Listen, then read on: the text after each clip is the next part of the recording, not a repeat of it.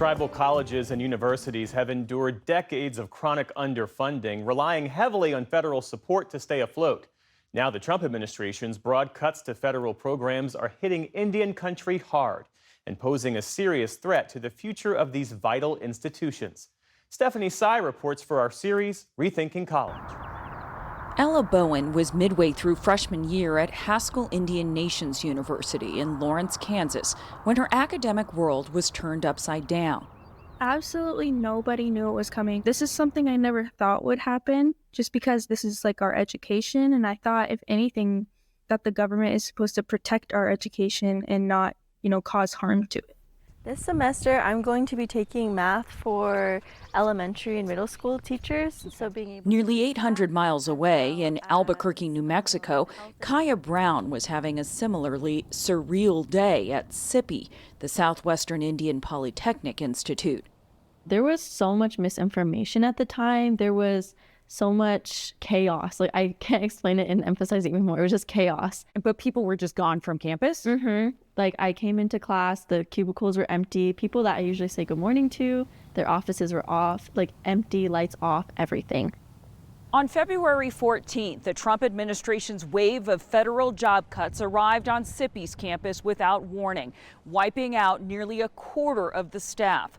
For this small tribal college, already chronically and visibly under-resourced, the day was described as traumatic. There was so much that had to be done, but no one to do it. And there were students that did not know if SIPI was even open anymore. There was questions if the school even existed anymore. Teachers weren't the only ones affected. Ella Bowen says other school support staff were fired.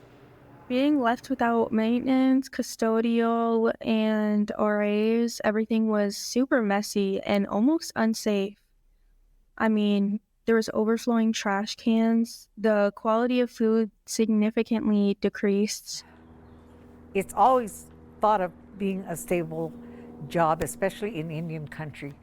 Sue Parton is the president of the Federation of Indian Service Employees, representing some 5,500 federal workers in 23 states, and a longtime instructor at SIPI. One employee at SIPI that contacted me and said he was in the middle of teaching a class. This is in the middle of this trimester, and he was pulled out of his class, and he had 2 hours to clean out his office and get off of campus. The professors who did not get fired had to then pick up extra class loads so that at least something would be offered to the students. After several weeks, all employees at SIPI and Haskell were reinstated, but not everyone returned. PBS News reached out to the Bureau of Indian Education about the firings, but they didn't respond. It is very traumatic. Even now, we have imminent reduction in force now. And so the union is getting called from our members all the time. That never would have happened prior to this administration, because it's like this administration just ignores the norm. SIPI and Haskell are two of the 37 tribal colleges and universities in the U.S., and the only two operated by the federal government. That means that all of their employees are federal employees. All of their buildings are federal buildings. Anawake Rose is the president and CEO of the American Indian Higher Education Consortium. So the federal government has a direct responsibility for education through treaties that our nation signed when we ceded over 1 billion acres of land to the federal government. What we are saying here is that you must allow us to live in peace. You must allow us to live as sovereign people. But the U.S. government's failure to live up to those treaty obligations has long been a problem. In 1969, then-Senator Ted Kennedy submitted a lengthy report calling Indian education a national tragedy. He wrote, "The first American had become the last American with the opportunity for employment, education, a decent income, and the chance for a fulfilling and rewarding life." To this day, American Indians and Alaska Natives have the lowest college graduation rate of any racial or ethnic group. Kaya Brown says community colleges like SIPI are many Native students' only chance for a higher education. A lot of us are growing up on the reservation. A lot of us are living in our own respective tribal communities. And jumping from very small, tight-knit areas to a huge institution with thousands of students is really hard. But other funding reductions loom over Native colleges, part of the Trump administration's cost-cutting efforts.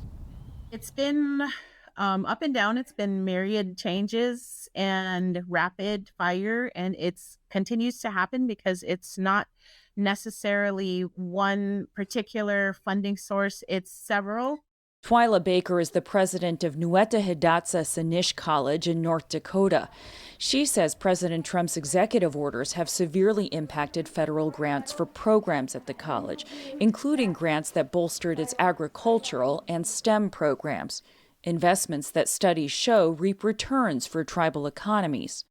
Our students have a tendency to stay where they are, to work where they are, and really just kind of improve the quality of life. Pulling these dollars is not just a injustice, it's kind of a travesty, really. Tribal colleges and universities serve some of the country's most economically vulnerable students, offering low or free tuition. Without massive endowments, federal funding is their lifeblood. I've kind of compared it to something of a death by strangulation, so to speak. You don't necessarily have to say, tell a college you're going to shut down, we have to shut you down. You can shut down a college by cutting off their resources, however. Back at Haskell, freshman Ella Bowen says students are still reeling from the upheaval. My academic advisor was fired, and it left me clueless for the next steps of my education. I didn't know how to sign up for my next classes. I didn't know what classes I had to sign up for. Bowen and Kaya Brown are plaintiffs in a lawsuit brought by the Native American Rights Fund that not only claims that federal officials failed to consult tribes before making cuts as required by law, but also violated Native students' rights to receive an adequate post-secondary education. I felt hopeless for a long time. Like, what am I, like a 19-year-old girl, college student, gonna do about the government? Has it been hard for you to come out and speak so openly about what's going on at SIPI? As Indigenous people, it's always about giving back to your people. It's always about how am I going to serve my community? I don't want that to be taken from us, and I will not let that be taken from us. The fact that the Bureau of Indian Education has reversed the layoffs for now hasn't raised Brown's confidence in a system that has long failed her people. For the PBS NewsHour, I'm Stephanie Tsai in Albuquerque, New Mexico.